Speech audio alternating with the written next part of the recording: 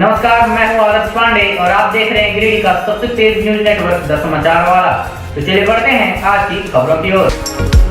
गांडे विधानसभा के पूर्व विधायक प्रोफेसर जयप्रकाश वर्मा ने कहा कि अखंड भारत के निर्माता मौर्यवंशी सम्राट अशोक के खिलाफ अभद्र और अमर्यादित टिप्पणी करने वाले नाटककार के खिलाफ सख्त से सख्त कार्रवाई की जाए। गांडे विधानसभा के पूर्व विधायक प्रोफेसर जयप्रकाश वर्मा ने कहा कि अखंड भारत के निर्माता मौर्यवंशी महान चक्रवर्ती सम्राट अशोक के खिलाफ अभद्र और अमर्यादित टिप्पणी कर देश की एकता और अखंडता को विखंडित करने वाले नाटककार के खिलाफ देशद्रोही मुकदमा दर्ज की जाए। उक्त बातें शुक्रवार को मोतीलेदा पंचायत के केंदुआ गढ़ा में वन देवता वन भोज कार्यक्रम में बतौर अतिथि बोल रहे थे।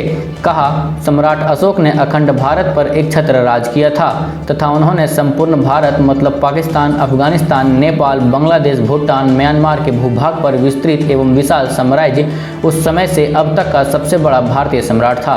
सम्राट अशोक विश्व के सभी महान शासकों में हमेशा स्थित स्थान पर रहे हैं। यह केवल महान चक्रवर्ती सम्राट अशोक की प्राप्त था। कहा कि भारतीय संविधान और सरकारी दस्तावेजों पर सम्राट अशोक द्वारा निर्मित अशोक स्तंभ और धर्म चक्र आज भी भारत सरकार ने अंगीकार किया हुआ है।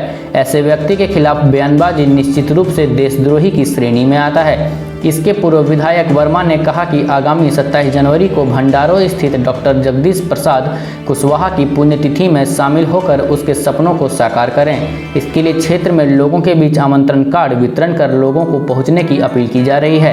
इस मौके पर ज्वाला रणधीर, पप्पू कुमार, कैलाश वर्मा, पवन कुमार, परवीन कुमार, सुरेंद्र वर्मा, सहायक शिक्षक भुवनेश्वर वर्मा, दीपक वर्मा सहित दर्जनों लोग मौजूद थे।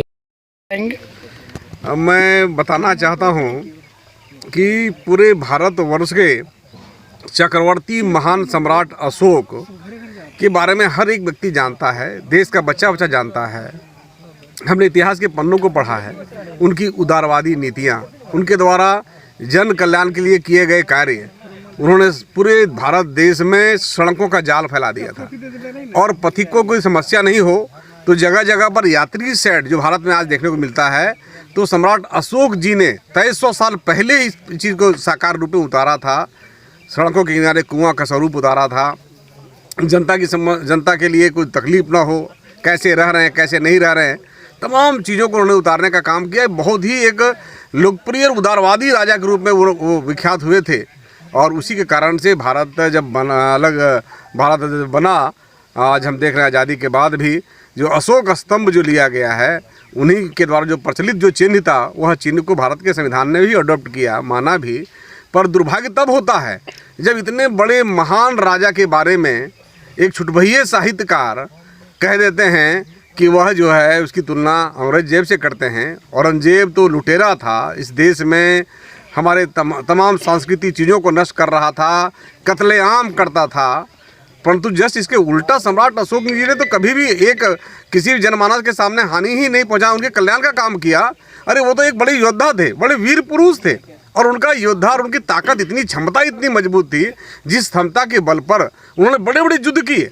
ये बात है कि युद्ध किया उन्होंने, तो युद्ध मैदान में जो युद्ध की रणनीति होती है, वो रणनीति ये होती है भाई कि दुश्मन हमें मारने वाला है, हम दुश्मन को परास्त करेंगे, हम चुनाव युद्ध जीतेंगे। तो वो युद्ध जीतने के कला में निपुण थे, जिस कारण से उन्होंने बड़े बड़े युद्ध तो किए और बड़े बड़े युद्ध करने का परिणाम ये भी था कि चक्रवर्ती सम्राट इसलिए भी कहलाए कि उनके शासनकाल में आज जो अफगानिस्तान है वो भारत का हिस्सा था, ईरान भारत का हिस्सा था, अफगानिस्तान भारत का हिस्सा था, पाकिस्तान भारत का हिस्सा था, इसी प्रकार से भूटान, म्यांमार, ये तमाम जो आज क्षेत्रफल दिखाई पड़ते हैं वो भारत के हिस्सा थे। और ये सारा चीज़ को किया था तो सम्राट अशोक ने किया था, अपने बल पर किया था। और मैं बताना चाहता हूँ कि सम्राट अशोक तो महान व्यक्ति थे, महान योद्धा थे ही। और जब उन्हें लगा कि हम जब युद्ध से क्या होता है, युद्ध में विनाश होता है, उन्हें भी लगा कि युद्ध में विनाश होता है। और जब कलिंग के युद्ध में दोनों पक्षों की तरफ से लगभग 1 लाख लोगों की हत्या हो गई, लोग मर गए, युद्ध भूमि में वीरगति को प्राप्त हुए, तो उसी दिन सम्राट अशोक जी को बहुत ग्लानि हुआ कि भाई इस प्रकार का नरसंहार नहीं होना चाहिए। और वो उसी समय से उसी दिन से बौद्ध धर्म में शामिल हो गए।